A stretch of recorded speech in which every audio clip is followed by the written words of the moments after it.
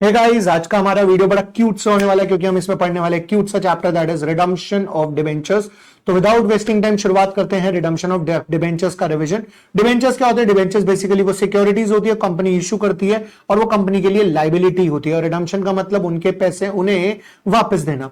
तो जब debenture holder के पैसे उन्हें वापस दिए जाते हैं तो उसको हम बोलते हैं रिडम्पशन ऑफ डिबेंचर। यहां पर हमारे लिए दो सबसे इंपॉर्टेंट पॉइंट है जो समझने हैं, वो है एक डीआरआर और एक डीआरआई। डीआरआर होता है डिबेंचर रिडम्पशन रिजर्व और डीआरआई होता है डिबेंचर रिडम्पशन इन्वेस्टमेंट। अब यहां पर मैंने आपके लिए एक फ्लो चार्ट बनाया हुआ है। सबसे पहले डिबेंचर रिडम्पशन रिजर्व कब क्रिएट करना है और डीआरआई कब क्रिएट करना है। तो debenture redemption reserve any time before the redemption आपको क्रिएट करना है, ऑब्वियसली इश्यू के बाद, बट रिडम्पशन से पहले आप कभी भी क्रिएट कर सकते हैं। बट डीआरआई आपको क्रिएट करना है ऑन और before 30th April in the year of redemption. यानी आप जिस साल रिडम्पशन करना चाहते हो, जिस फाइनेंशियल ईयर में आप रिडम्पशन करना चाहते हो, उस फाइनेंशियल ईयर की 30th अप्रैल से पहले पहले आपको डीआरआई में इन्वेस्ट करना पड़ेगा। DRI is debenture redemption investment, DRR is debenture redemption reserve. इसके बाद अब बारी आती है कि करना कितना है। तो डीआरआर चाहिए नॉमिनल वैल्यू का, जितने भी डिबेंचर्स आप रिडीम करना चाहते हो उसकी फेस वैल्यू यानी कि नॉमिनल वैल्यू का 10%, वेयरएज डीआरआई जो है वो है 15%। इसके बाद सवाल आता है क्रिएट करना कैसे है। तो डीआरआर आपको क्रिएट करना है अपने प्रॉफिट्स में से। प्रॉफिट्स बोले तो जनरल रिजर्व या पीएनएल अकाउंट, जबकि डीआरआई करने के लिए आपको नोटिफाइड सिक्योरिटीज के अंदर इन्वेस्टमेंट करनी पड़ेगी, यानी कि आपको जाकर एक्चुअल में पैसा इन्वेस्ट करना पड़ेगा, राइट। इसके बाद आता है कि रिवर्सल कैसे होगा। रिवर्सल मतलब आज तो आपने क्रिएट कर लिया, पर ये रिवर्स कैसे किया जाएगा। तो रिवर्स का एक सिंपल सा फंड है, वो ये है कि डीआरआर को रिडम्पशन के बाद जनरल रिजर्व में ट्रांसफर कर दिया जाता है और डीआरआई को रिडम्पशन से पहले, क्योंकि डीआरआई जो है वो आपको पैसा लाके देगा और रिडम्पशन करने के लिए आपको पैसा चाहिए होगा,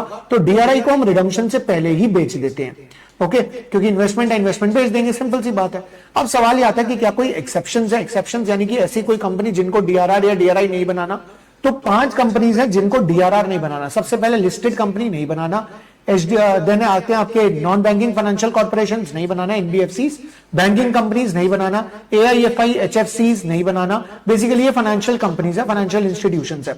और उसके बाद आते हैं आपके वो कंपनीज जिनके पास कन्वर्टेबल डिबेंचर्स हैं। अगर कन्वर्टेबल डिबेंचर्स हैं यानी कि वो डिबेंचर शेयर्स में कन्वर्ट हो जाएंगे, उनको पैसे नहीं देने, कैश नहीं देना, तो उनके लिए भी डीआरआर बनाने की जरूरत नहीं है। तो देखा जाए डीआरआर बनाना किसके लिए? अनलिस्टेड कंपनी अदर देन ये और एचएफआई, एआईएफआई, बैंकिंग कंपनी और NBFC and having a non convertible debentures, उनको बनाना है डीआरआर। रही बात डीआरआई की, तो डीआरआई सिर्फ उनको नहीं बनाना जिनके पास कन्वर्टेबल डिबेंचर्स हैं। तो कन्वर्टेबल डिबेंचर्स हैं तो डीआरआर डीआरआई दोनों नहीं बनेगा। अगर लिस्टेड कंपनी है, एचएफसी है, एचएफआई है या फाइनेंशियल इंस्टीट्यूशंस है, तो उनको डीआरआर नहीं बनाना पर उनको डीआरआई तो बनाना पड़ेगा, ओके जी। देन इसके बाद बात आती है जर्नल एंट्री क्या होंगी। अगर हम बात करें, अच्छा नहीं, मेथड ऑफ रिडम्पशन, रिडम्पशन करने के 2-3 मेथड है। सबसे पहला मेथड है रिडम्पशन आप कैश में कर सकते हो। कैश का मतलब हो गया आप लमसम रिडीम कर सकते हो या फिर किस्तों में रिडीम कर सकते हो। दूसरा कन्वर्जन कर सकते हो। तीसरा मार्केट में जाके ओपनली आप डिबेंचर्स अपने ही खरीद सकते हो, ओपन मार्केट परचेज कर सकते हो।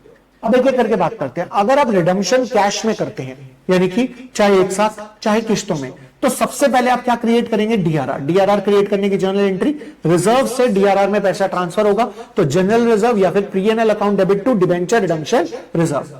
इसके बाद डीआरआई क्रिएट करेंगे यानी कि इन्वेस्टमेंट्स करेंगे, तो investment in notified securities to bank हो जाएगा। आप इन्वेस्टमेंट इन नोटिफाइड सिक्योरिटीज के बदले डीआरआई भी लिख सकते हैं, यानी कि debenture redemption investment account debit to bank. इसके बाद आप डिबेंचर जिस दिन रिडीम करने हैं आप उस दिन पहले डीआरआई को सेल करेंगे। अब जब आप डीआरआई को सेल करेंगे तो हो सकता है कि क्योंकि इन्वेस्टमेंट है, इन्वेस्टमेंट प्रॉफिट में भी बिक सकते हैं, लॉस में भी। प्रॉफिट के ज्यादा चांस है क्योंकि नोटिफाइड सिक्योरिटीज में कर रहे हैं तो वहां से प्रॉफिट आने के ज्यादा चांसेस है, बट ठीक है, लॉस भी हो सकता है। तो एंट्री के पास होगी bank account debit to DRI. अगर प्रॉफिट हो रहा है तो पीएनएल क्रेडिट हो जाएगा, लॉस हो रहा है तो पीएनएल डेबिट हो जाएगा। देन इसके बाद आप डिबेंचर्स को रिडीम करोगे। डिबेंचर्स को रिडीम करने की एंट्री डिबेंचर अकाउंट डेबिट, जो भी 8% 7% डिबेंचर अकाउंट डेबिट। देन इसके बाद premium on redemption of debenture account debit to debenture holder. Then premium on redemption को हम कहां से चार्ज कर लेंगे? पीएनएल या जनरल रिजर्व से चार्ज कर लेंगे। देन इसके बाद हम डिबेंचर होल्डर को पेमेंट कर देंगे, debenture holder account debit to bank account. और फिर डीआरआर जो हमने बनाया था उसे जनरल रिजर्व में ट्रांसफर कर दिया जाएगा रिडम्पशन करने के बाद।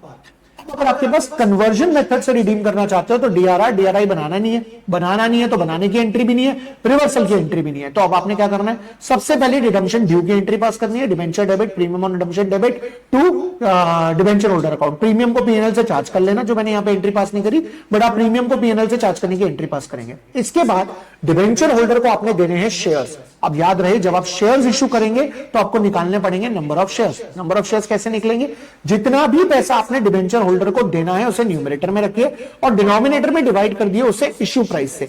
अब इश्यू प्राइस या तो पार होगा या प्रीमियम होगा। अगर पार पे है तो 10 रुपए या जो भी शेयर की वैल्यू उससे डिवाइड कर दीजिए, और अगर प्रीमियम पे है तो प्रीमियम वाले अमाउंट से डिवाइड कर दीजिए, तो नंबर ऑफ शेयर्स आ जाएंगे। नंबर ऑफ शेयर्स से आप मल्टीप्लाई करके इक्विटी शेयर कैपिटल और सिक्योरिटीज प्रीमियम में डाल सकते हैं। एक बात याद रखना, रिडम्पशन ऑफ प्रेफरेंस शेयर्स और रिडम्पशन ऑफ डिबेंचर, इन दोनों में एक रिजर्व क्रिएट करना पड़ता है।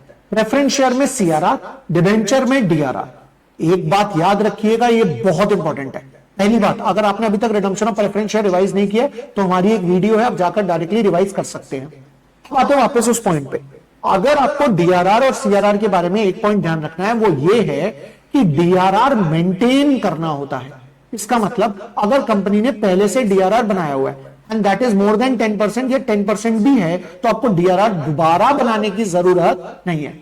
बट सीआरआर के केस में आपको जब जब रिडम्पशन करनी है तब तब आपको सीआरआर बनाना पड़ेगा, यानी कि प्रेफरेंस शेयर में बार बार आपको बनाना पड़ेगा। और डिबेंचर के केस में अगर आपने एक बार बना लिया और उसे जनरल रिजर्व में ट्रांसफर नहीं करा तो अगली बार भी रिडम्पशन के लिए वो चल जाएगा, कोई दिक्कत वाली बात नहीं है। तो डीआरआर मेंटेन करना होता है और सीआरआर जो है वो क्रिएट करना पड़ता है। और यहां पर हमारा ये चैप्टर का रिवीजन कंप्लीट हो जाता है क्योंकि हमने सभी टॉपिक्स इसमें कवर कर लिए हैं। बट स्टिल अगर कंसेप्चुअल डाउट आपका कोई रह जाता है तो आप वीडियो के कमेंट सेक्शन में कमेंट करके पूछ सकते हैं। और अगर आप इस चैनल पर नए हैं तो इसे सब्सक्राइब करें और अपने सभी दोस्तों के साथ इस वीडियो को शेयर करें। राइट, अब अच्छे से तैयारी करिए। मिलते हैं हम नेक्स्ट वीडियो में। आज के लिए इतना ही। Bye bye, take care, all the best.